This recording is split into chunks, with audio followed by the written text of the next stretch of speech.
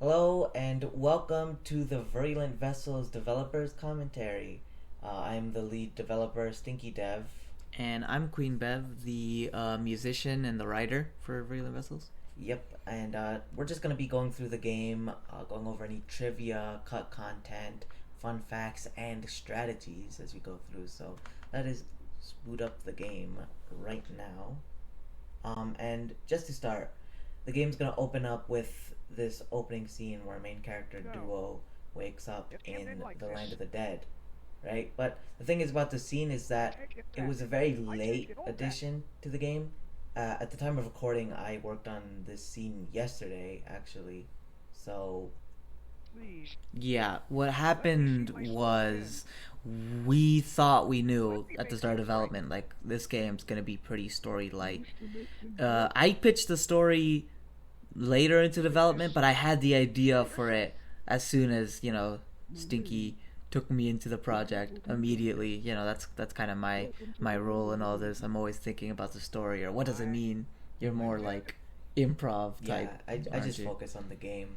Yeah, So but I was thinking of the story, and I was like, I pitched it to Stinky, like, we should have it be like this retro thing where the game is kind of left really vague, but then you'd have your manual, where that's where all the story, like old retro games. yeah, nothing's ever explained like in the game. You read in the manual and you find out what the hell is even going on. Yeah, but we put in a ton of effort into that manual. It was just supposed to be like a super small thing, but then we had all these illustrations, all this work put in, and I was like, I kind of want to have this as like a bonus. But then it felt kind of wrong to put all the plot behind a paywall. So we're like, okay, we'll start putting cutscenes in the game then.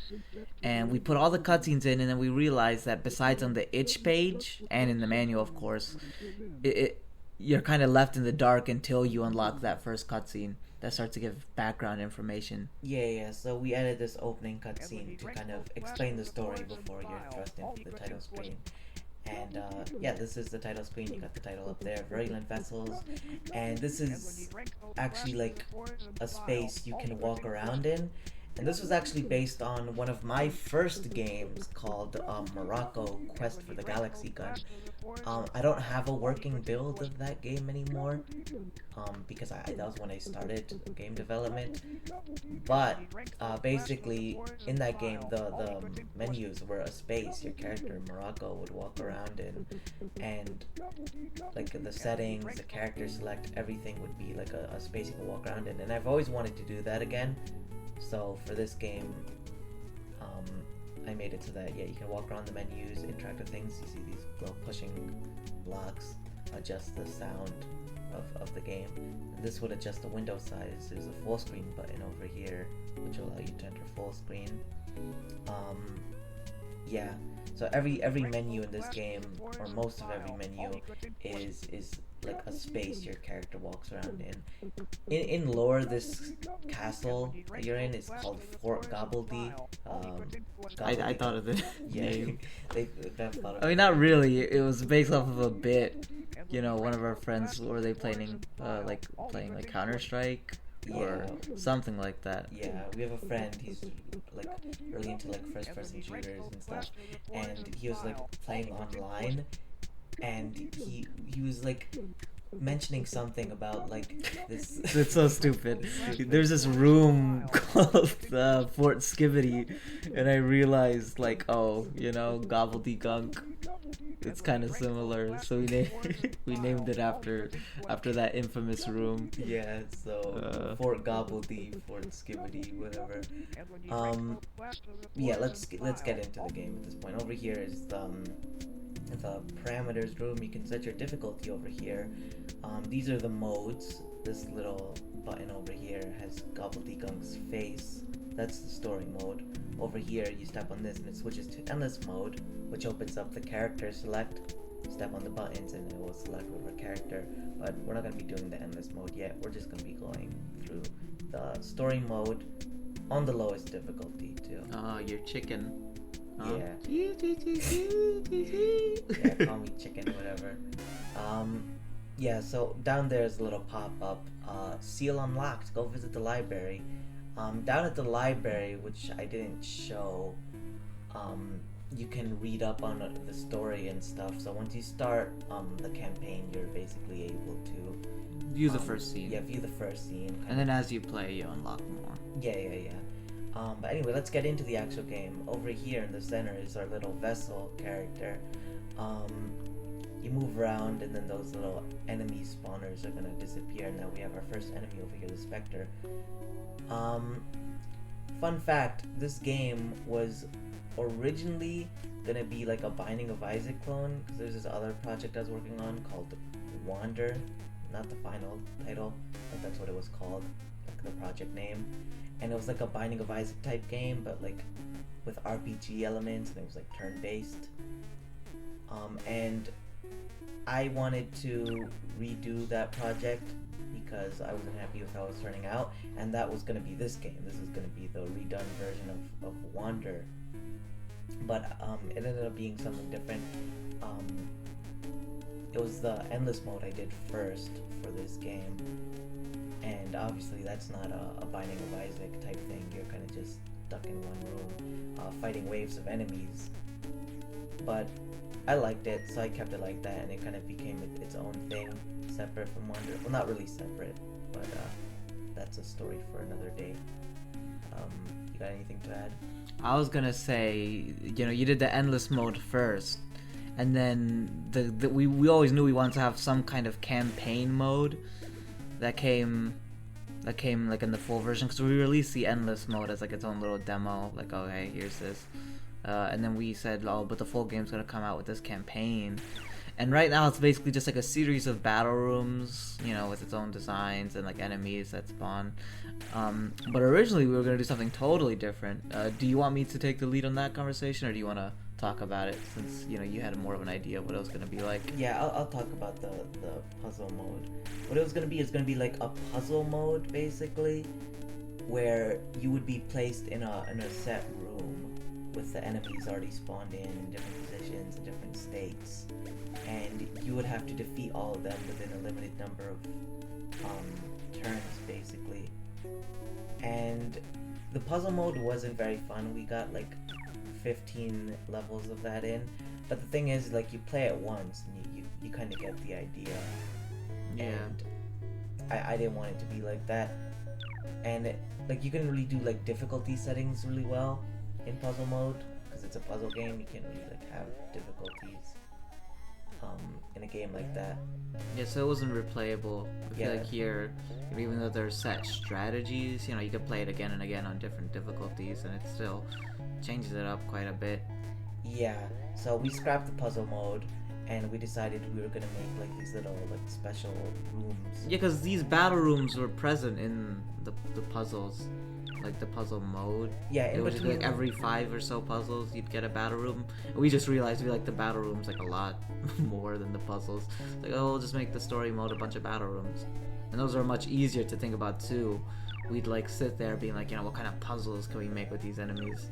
We'd be there for like a day and we'd have like one done. Yeah, but then like we could just like pump out like battle rooms. Yeah, like crazy. It was really easy, and there were some ideas that didn't make it. Yeah, there were some like traps and stuff that we didn't end up using. Like one of them was like these big like stompy things that would come out of the walls, and they would like kill anything.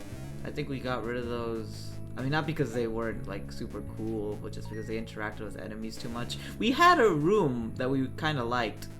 It needed work, but we were like, we're not gonna put in all this effort. And then like the trap kills like half of the enemies, in one turn. Yeah. So we ended up getting rid of that one. Yeah, that's how the campaign basically evolved from the original vision. We also had these like time attack rooms where you would play as a vessel without any abilities. Well, not the vessel then. You just play as Duo's base form, the little ghost that you control on the title screen. Yeah. The little guy in the cloak, basically. In that mode, you'd be playing as that character, and they wouldn't be able to hurt enemies. And basically, you just have to survive. Yeah, you just have to survive for a specific number of turns.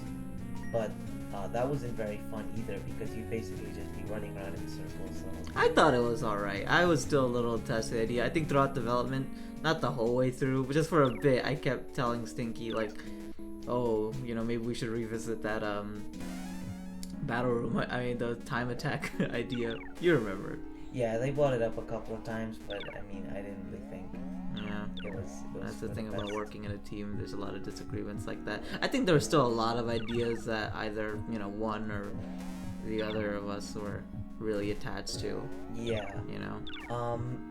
Like there's gonna be like more boss battles than just the one. That was also my idea. I was the one who said I wanted more boss battles. Yeah, they wanted more boss battles, but I was like, it kind of makes the boss we have a bit less special. I mean, we ended up compromising, and you'll see it. But later, there's like a series of rooms. It's not really like a boss fight, but more like a special battle room. Yeah. And I think that worked out better. At the end of the day, it was for the best. Yeah. And that's it with game dev. It's working with teams. It's like making compromises. No idea is ever truly thrown out. And if we ever do that, you know, sequel, Virulent Vessels 2, we'll have ideas, you know, going into that. Yeah. Yeah, so that's a lot about the gameplay already. You don't want to talk about the... I have a lot to talk about for just general stuff. Since I was the story person, you know, I'd love to talk. Cause Stinky, did you have any idea for like story in Virulent Vessels, or was this always just gonna be a... Well, I had the story in mind. I had like the basic like idea of like, oh, this game takes place in like hell or whatever, and you are fighting to get out. But I didn't have anything else besides that fleshed out. It was pretty bare bones. You didn't know like why duo? Yeah, I didn't know who our character was. They didn't even have a name. They were kind of just like, oops. They're kind of just the character played as. Kind of like this funny little guy. Yeah, but I told Bev like the basic idea, like, oh yeah, you're in hell. And actually, I'll say that I had independent from Virulent Vessels, I had a similar idea for my own game, where you had a character who killed themselves and they would have a fight basically with death. It was a platformer, not a like a, what would you call this? This is like a puzzle. A tile-based puzzler, you could say. But you know, and since I already kind of had that idea, I was like, dude, what if we merged the two ideas? So I came up with the story pretty quick, because it was already something that I've been wanting to do. But yeah, before, since there was no story, that also meant like a lot of the characters you were facing, there wasn't really any rhyme or reason for that. Yeah, they were just kind of like funny little designs I thought of. Yeah, so, you know, in lore, if you read the manual, and it's also on the itch page, but I feel like this is one of those pieces, since it's not necessary to understand the game, that I was okay with just leaving in the manual. But each of the characters are kind of, well, not kind of, they're based on somebody's regrets, you know, on their host's regrets. Yeah. So, but, you know, I had to think of all those details after the fact, since, you know, Stinky already drew all the characters. And then I thought of that idea, like, oh, what if they were all based off of, like, you know, why they want this second chance, right? So I had to look at every character, and we weren't willing to budge on, like, redesigning them or anything. So, you know, I just had to think of their stories after. After the characters were designed, which is tough. I was thinking of asking Stinky for some of these guys, because I had no idea what to do. Like, why don't you try to, redesign them? Yeah, but I don't know. I got attached to a lot of the designs. So we tried to make it work. Yeah. So I think the hardest one to think of. Do you remember? Because I remember there's one character that we just kept looking like, what does this guy do? There was like, what's this character? Jeopard, the guy with the shields all over him. Yeah, there's this, you know, cracked skull looking character with shields surrounding. I was like, what does this guy do? You know.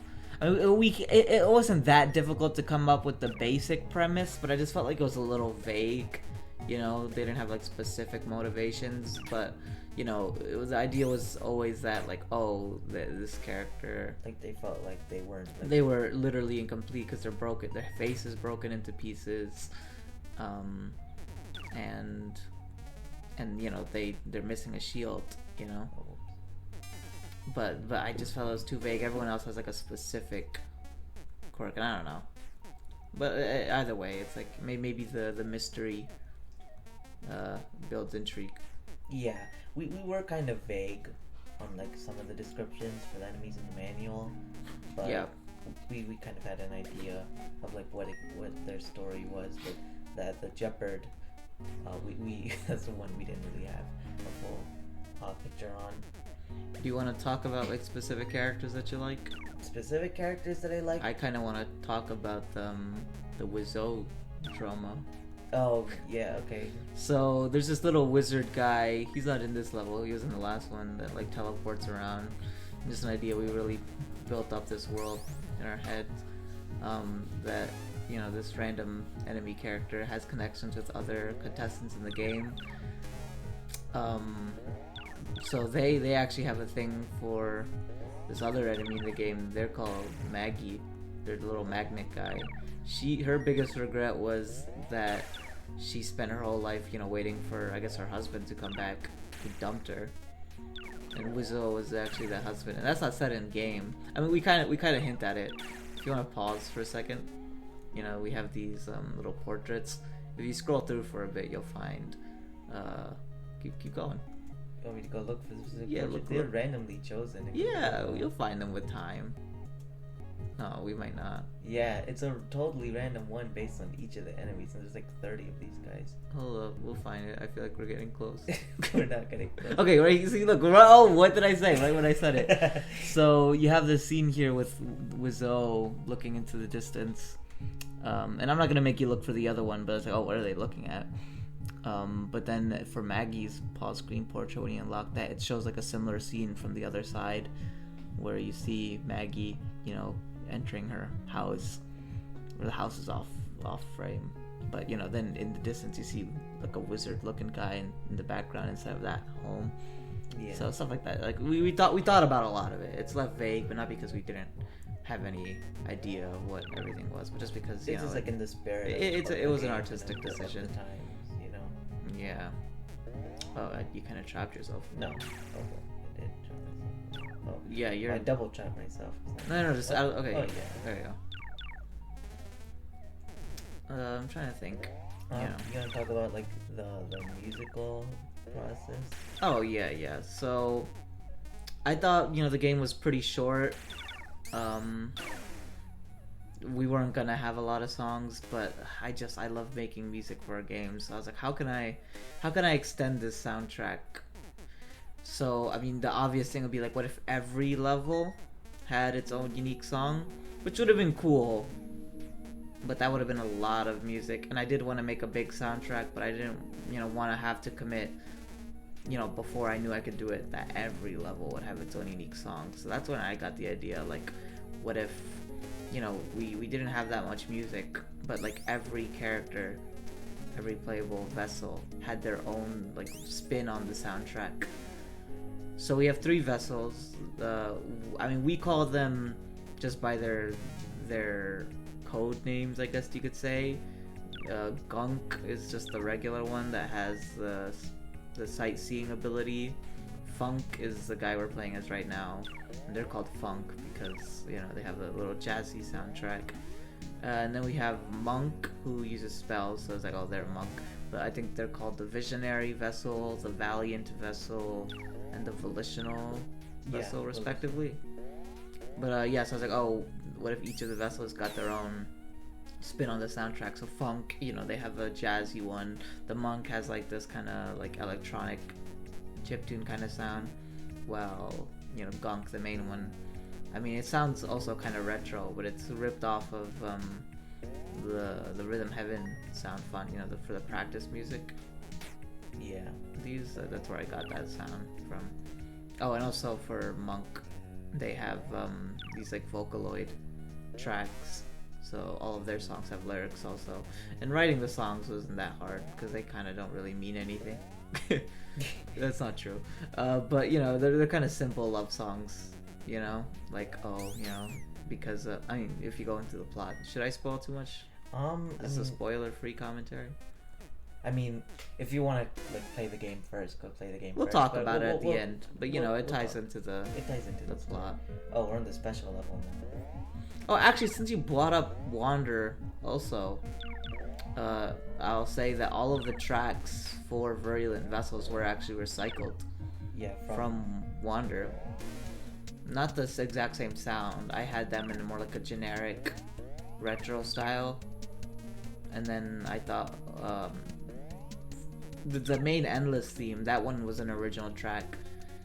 But then when we were doing the campaign, I was like, we gotta have level with themes for the campaign. I don't want it to just be one song for the whole game. I was like, ooh, what if we brought back those tracks from Wander, since the games are connected?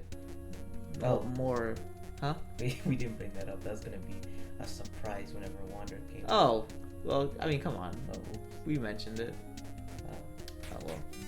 Dead. Even, well, whatever. I guess that was a spoiler. Should I redact that? In editing? Just imagine. Doesn't matter. Yeah. So what are you saying about? Oh yeah, I was just gonna say that all the tracks were reused, but remixed. Well, yeah, they were all from Wander originally, except the Endless Mode track. That one Was original. Was made. And fun fact about that one, that was, I mean, I've been trying to experiment more with my music, but I think that was the first one that really turned out really well, that uses an odd time signature. I wrote that one in 7/8. Yeah, and I was pretty happy with that. And the first version of that track wasn't the one used for the first vessel. The first like style we came up with was Monk's style. So that was the original version of the track, but then I remixed it just for fun, in the style of, like, you know, the overworld style, and that's when we had the idea. You know, like, oh, that's when we first had the idea anyway. Like, oh, what if every vessel had their own unique soundtrack? Yeah. So this is the last level at this point. That ends with this fellow up here, who takes away all your letters that you've built up, meaning you can't use abilities and you're gonna die in one This is hit. pretty tense. Regardless of difficulty, this is like a kind of a leap. Yeah, so it's kind of a tough room. But once you kill all these fake vessels over here, you can kill them. And then, ta-da, end of the campaign. So it's kind of a short campaign, but I wanted it to be more replayable. Like, we did that on the easiest difficulty, but you can play it on higher difficulties where you'll start with less letters each. And you're encouraged to. I mean, we'll see it at the end. Yeah, so at this end, We'll let the cutscene play.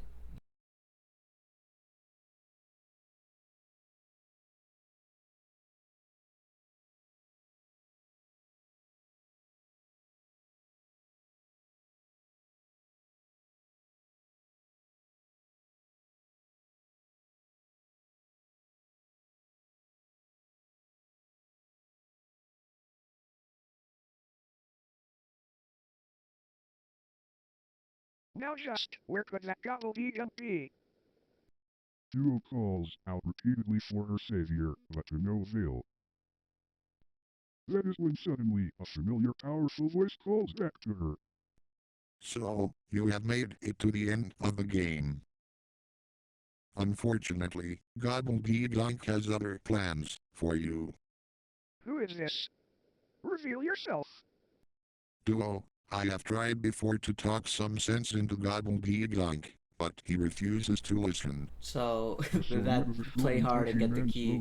If you reach that scene on the hardest difficulty, I know what must be done to end something, this, which will, but I think, could will never leave a bring surprise, myself right? to hurt a I'm gonna friend. leave that as a surprise. Still, Just about that I line in have been looking particular, for though, long since enough. a lot of this was inspired Duo, by head retro back games to the of old. library. Especially in The I have Legend of unlocked one Zelda. the seals for you. Yeah, We were watching a video about that specifically. Like, some of the dialogue in that from, like, the old guys Yeah. you find in the dungeons are really weird. Yeah, and cryptic. because the translations, I'm pretty sure, weren't done by like localizers. That was like done by like the development team and stuff. Yeah, so I wanted, like, something that kind of rang, or, like, I guess called back to that era where you would just find these weird clues That's supposed to say like, oh, if you play on the hardest difficulty, you'll get like a password. Yeah, but we wanted to sound kind of like off, like broken Yeah, so English. play hard and get the key. You Yeah, know, like- so it's kind of like a... I just kind of put it through Google Translate in every possible language. I basically just put like, oh, if you play on the hardest difficulty, you'll unlock a code. And I put it through every language, and it responded back with play hard and get the key. Yeah, so we thought that was pretty funny. So we kept that in there. Yeah, as the mysterious figure says, this is the enemy book. If you go in this room, you get to see all the enemies you fought so far. Yeah. Oh, There's one that isn't in the campaign that's exclusive to endless mode. That one is an enemy called the Hunter. We'll find him. Yeah, we'll find them. We're gonna be playing through endless mode later. But there's also these two down here. You know, this is the achievement room, basically. You scroll through, like, all your achievements. And those pop-ups that kept coming up, they're like, oh, you unlocked something in the library. Yeah, these are just these achievements here. So that's just for playing through the story, but then you also have This one, for beating the story, the mysterious figure says that they unlock the seal for you, which we'll go take a look at later. But then there's beat the story in hard, which we didn't do. But then there are endless mode achievements also, so you get all the letters as Gunk, Funk, Monk, and then reach wave 50 as Gunk, Funk, and Monk. It doesn't matter the difficulty that you do it in. I think we were gonna, or at least I considered it, having like, oh, what if we had more achievements for more difficulties? But we wanted the game to be pretty accessible. Yeah, we wanted it to be pretty accessible, so you can reach wave 50 on whatever difficulty you want. It's probably impossible if you try to do it from the hardest difficulty. Impossible. I mean, I How don't... do you say that? Because, like, the hardest difficulty, a bunch of enemies are gonna spawn at once. Yeah, it's So- difficult. It's not impossible. We don't make impossible challenges. If anybody's watching this, try and reach wave 50 Yeah, try and wave on the 50. hardest difficulty, and if you do it, We'll update the game and we'll give you a trophy. you'll give you a special room. We'll put you in jail. Yeah, we'll put you in jail with us. Yeah, do you want to go visit jail real quick? Yeah, let's go to jail. So, for the credits page, I mean, we knew you wanted to put us somewhere because Yeah. we're just so vain, right? yeah, we're vain assholes. Anyway, if you go down here, you'll see the credits, and look, it's us. Art and code by Stinky, music and the best boss, QueenBev.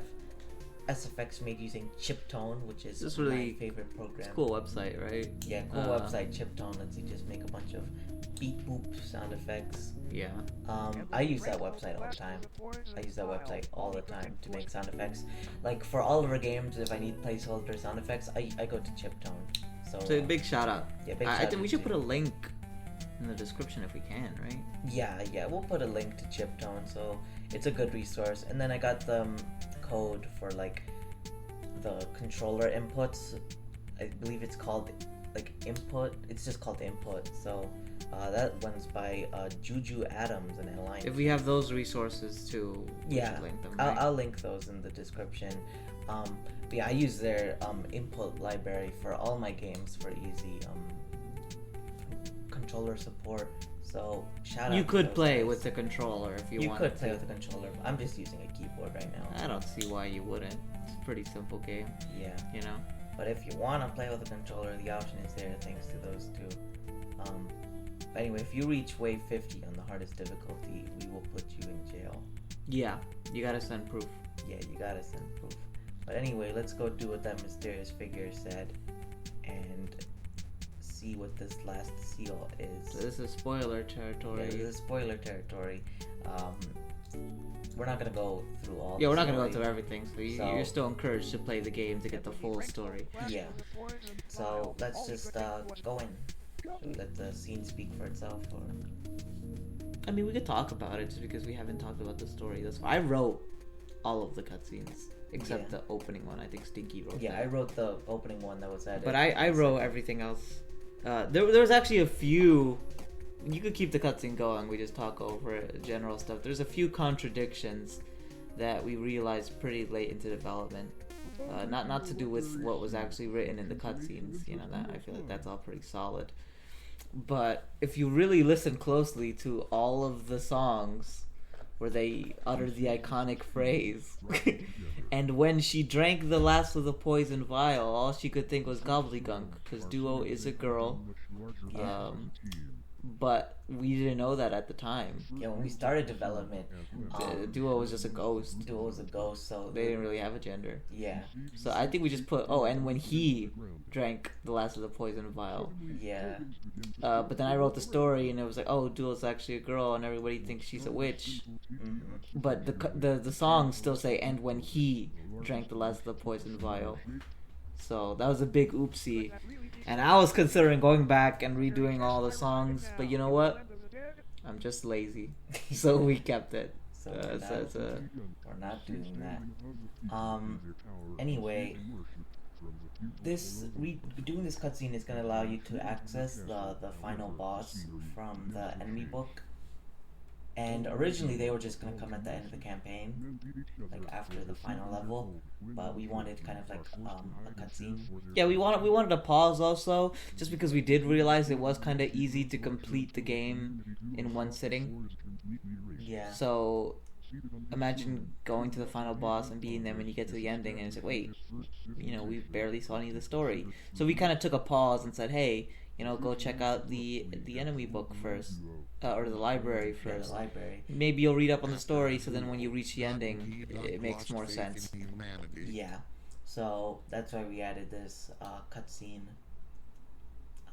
where the big twist is revealed that Gobbledygunk wasn't gonna give you your second chance. Gobbledygunk hates humanity. They don't need a second chance. So, yeah, now the portal is gonna be opened. So So you go back and then those two. I mean, not the one from the hunter. That's the endless exclusive enemy. But then here you'll get your first portal. and this will take you to Gobbledygunk's throne room. Yep. He's got a bunch of guards here. Now this fight is pretty tricky. Because you also can't control the difficulty. Oh no, you can control the difficulty. Oh, could you? Yeah. But anyway, Gobbledygunk over here is gonna have their guards. Oops. And they behave the same way as the little vessels from. Oh, you're getting your ass whooped. Yeah, the thing is, I changed the pathfinding how that worked at some point in development, and Does that make Gobbledy harder? yeah, because the enemies move kind of wacky. Because the thing is, they can only move in one direction at a time. They have to turn around if they're gonna move again. Oh man, So it's getting intense. they actually have like smarter pathfinding now. The boss is a lot So harder, the- huh? Yeah, the boss is a bit harder. Anyway, once you kill all the guards, you'll be able to attack Gobbledygunk. If you try and attack him before that, he's gonna do a counter attack and just hit you. But Yeah, only when he has his arms extended he can attack. If you're wondering why we were just walking around him. yeah. So now whenever you hit him, you see the health bar at the top goes down over time. They're gonna move every turn in this state, and they'll move diagonally. But when we kill them, what's this? They turned into a big scary monster. Before I wrote the story, did you have an idea what this was? Because I remember vividly, I had to think of. Oh, I had no explanation. idea. So Gobbledy just kind of inexplicably had a second form. We had no idea why, but I thought of it.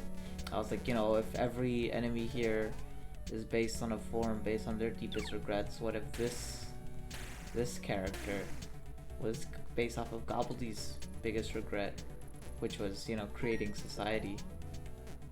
Mhm. Yeah, so the little guys he shoots out, they're kind of like representations of what he thinks he has turned humanity into by starting the first society. I bet you're wondering, how the hell do you beat this guy? Well, every enemy drops a letter now, so if we just press space, Duo's gonna unleash super magic, and each use of that We'll take some of his will health. take some of their health, and they have like 15 health. So I've been saving up letters, so I can basically just spam at this point. But the enemies they spawn, they're gonna get more difficult as the Yeah, waves so you go don't on. wanna stall for too long. Yeah. So I usually just kind of wait when the more difficult enemies start coming, and then I just pile on the spells. And then once you get them to 1 health, everything will disappear and you can land 1 last finishing blow on Gobbledygunk. 1 last finishing blow, I meant.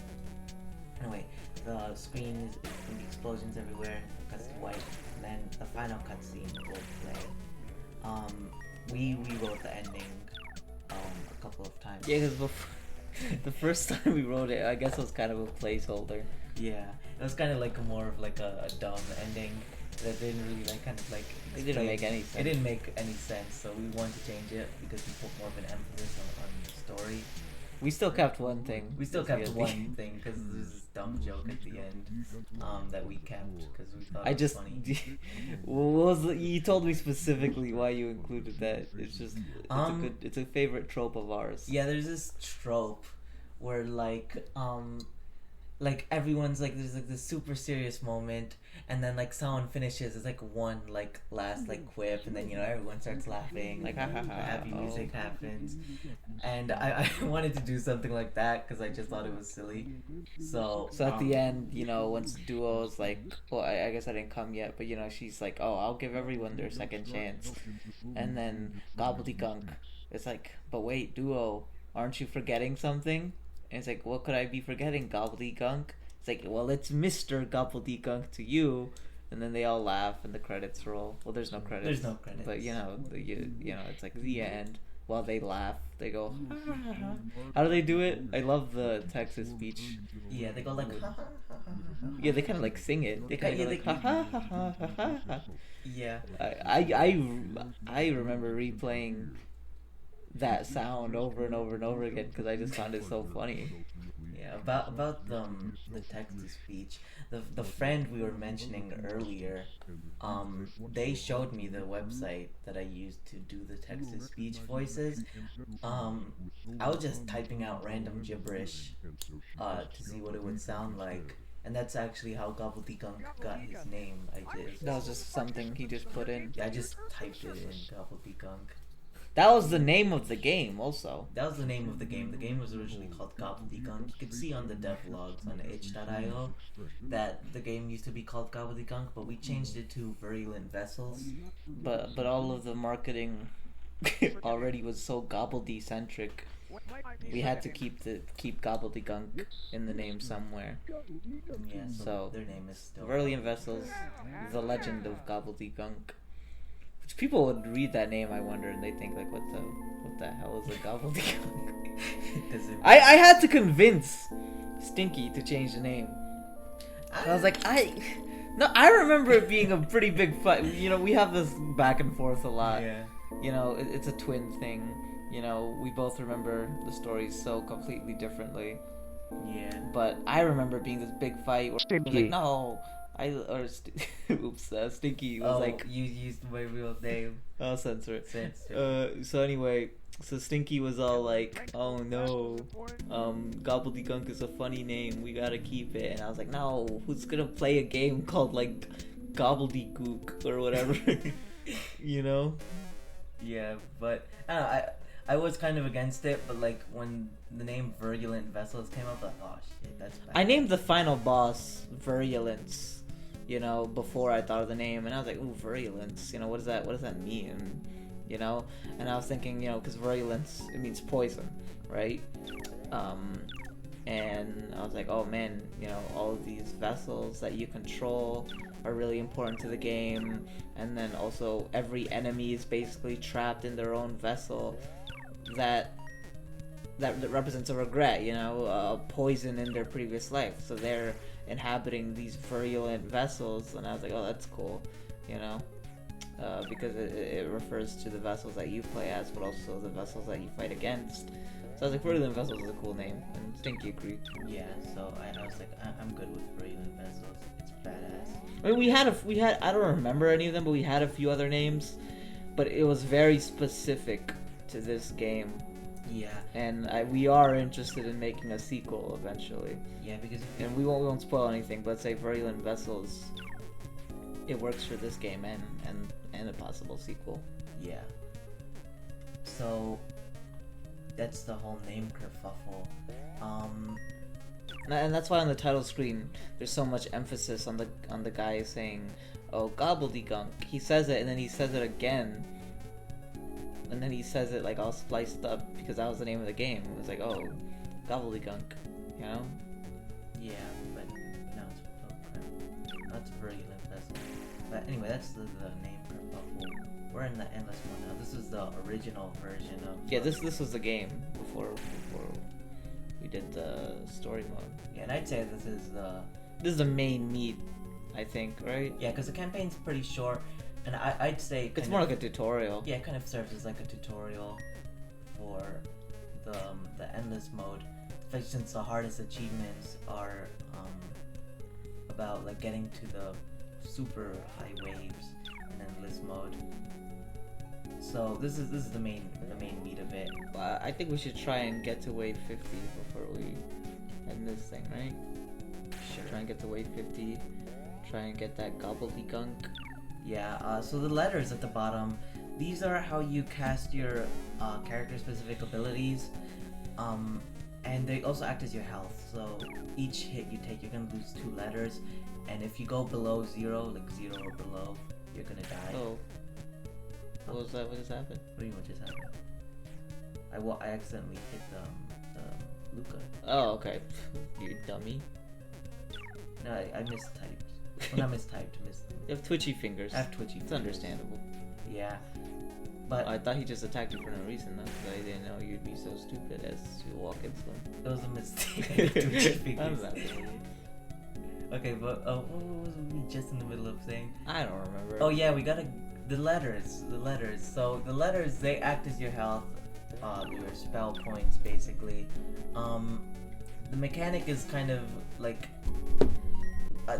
this game started as that initial passage that's kind of like spoken in the title screen song, and when she drank the last of the poison vial, all they could think was gobbledygook. I still have to correct myself. I still say when he. Yeah, but anyway, that was the first thing for this game I made. I wrote that out and I was like, I'm gonna make a game about that.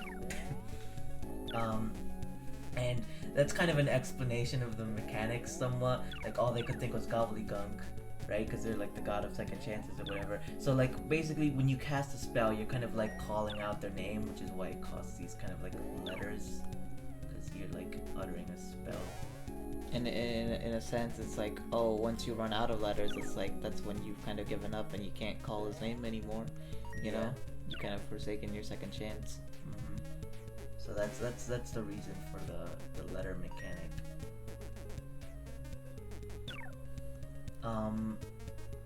Yeah, but if you get the full thing, gobbledygunk, we're at gobbledygunk right now, but there's still 3 letter spaces. Those are just gonna be 3 exclamation points. I mean, I don't remember if I mentioned. I always thought like, oh, you should just leave it at the gobbledygunk, but it wouldn't have been a clean like letter. Like it would just been weird that it didn't go across the full screen. Yeah, gobbledygunk is 12 letters. It takes 12 letters to spell gobbledygunk, and I don't like the number like 12 for like He has this number superstition. He's the type of guy who has his favorite number. I don't care.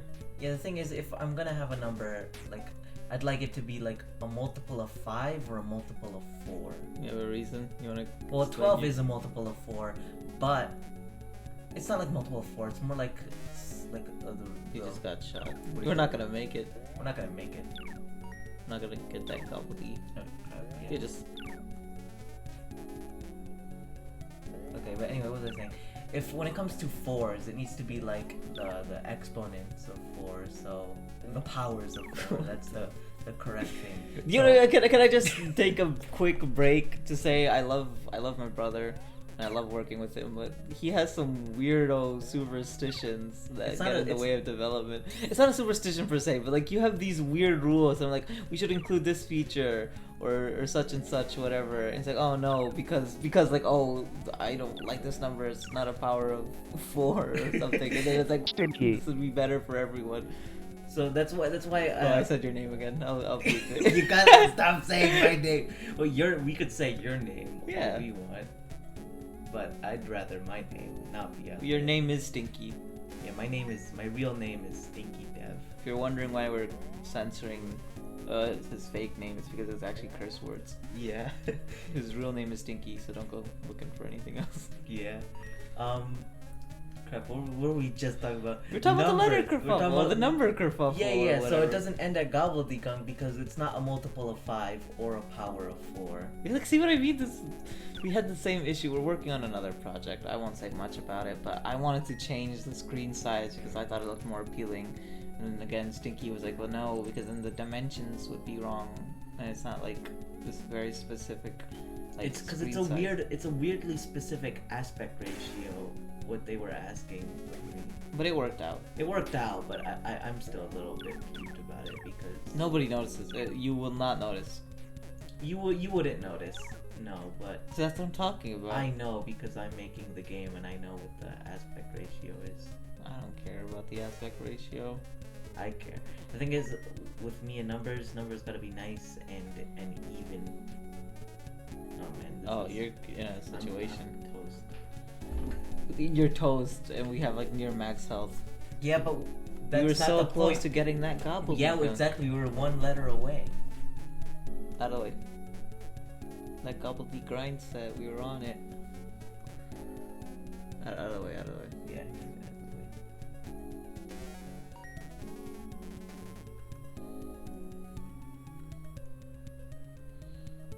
This game gets tough. I can't even like talk. Oh crap. I didn't realize I was silent because I was also just hyper analyzing Yeah, the gameplay. because this is. I wanted to make like a game kind of like chess, but like It's like chess on steroids. yeah, it's like chess on like crack. crack. Because board games are fun. You know, I think this could work well. As Well, like, I mean, you'd have to remember the movement of every piece. But to be honest, maybe I'm just dumb, but I can't remember. I can't the even movement remember of the every movement chess of every piece. chess piece. Now imagine how many enemies are in this game. There's like 30. 30. Imagine memorizing 30 chess pieces. But that's the idea. It's like hyper chess. Yeah. Except it's about. Well, it's more like hyper checkers. Checkers. Because chess is just like trying to take down the one piece.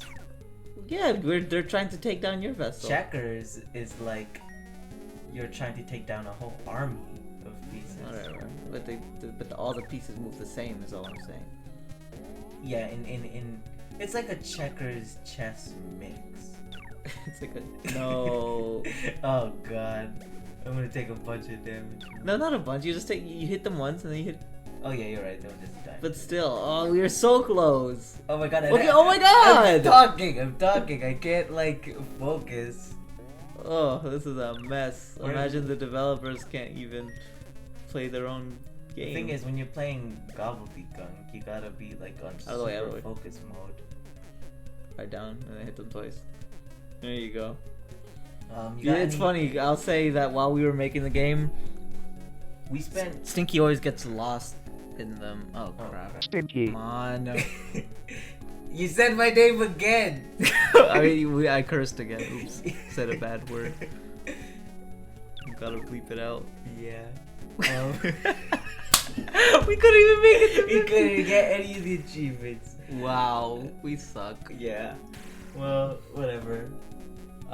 You got any Parting words? parting words? Well, I hope you enjoyed the developers' commentary. It's less of a developer's commentary and more like two lunatics yelling at each other. Yeah.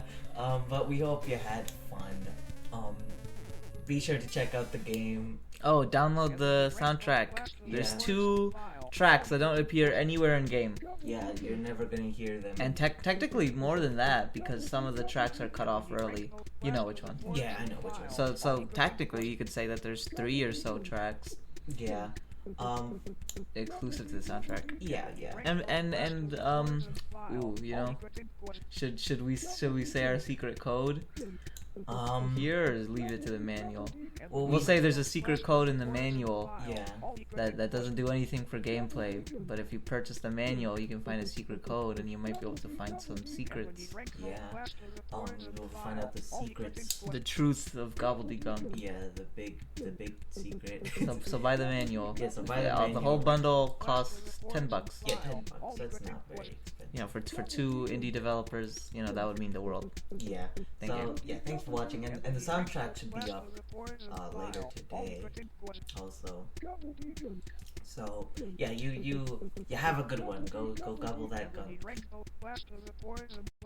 All he could think was gobbledygook, gunk, gobbledygook. And when he drank the last of the poison vial, all he could think was gobbledygook, gunk, gobbledygook. And when he drank the last of the poison vial, all he could think was gobbledygook, gunk.